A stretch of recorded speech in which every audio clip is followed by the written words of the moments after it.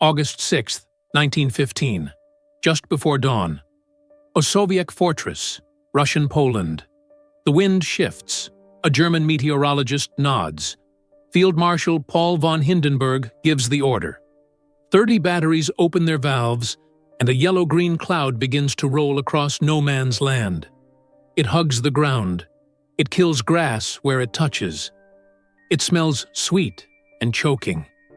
Inside the fortress, 500 Russian soldiers watch it come.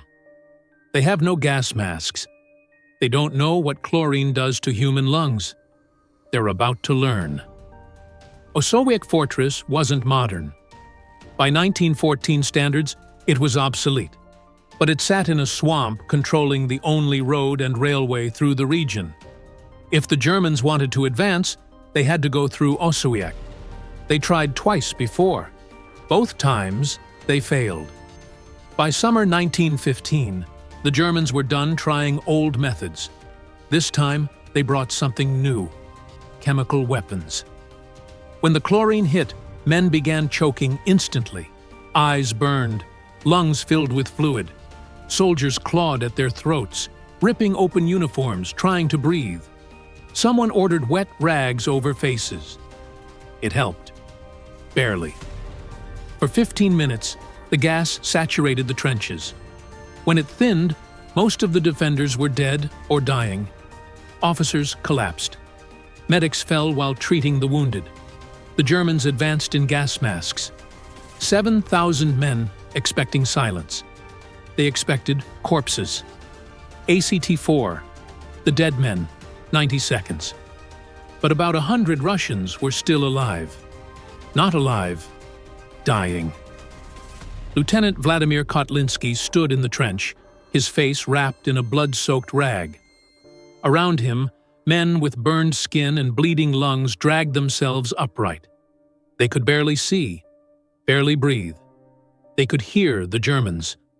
Kotlinski gave the order: fix bayonets. They climbed out of the trenches and charged.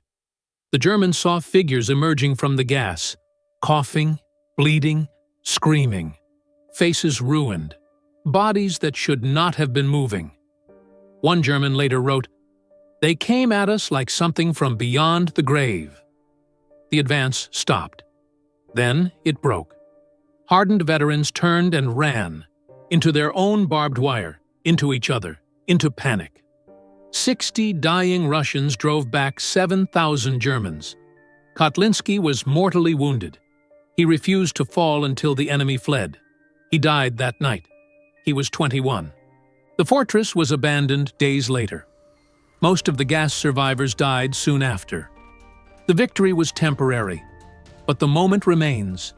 The Germans didn't flee because they were weak. They fled because what they saw broke the rules of reality. Dead men don't fight. Bodies have limits. And yet, those men charged. The attack of the dead men is horrifying. It's heroic.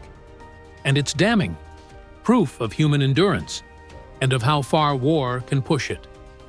Some stories don't need explanations. They need remembering.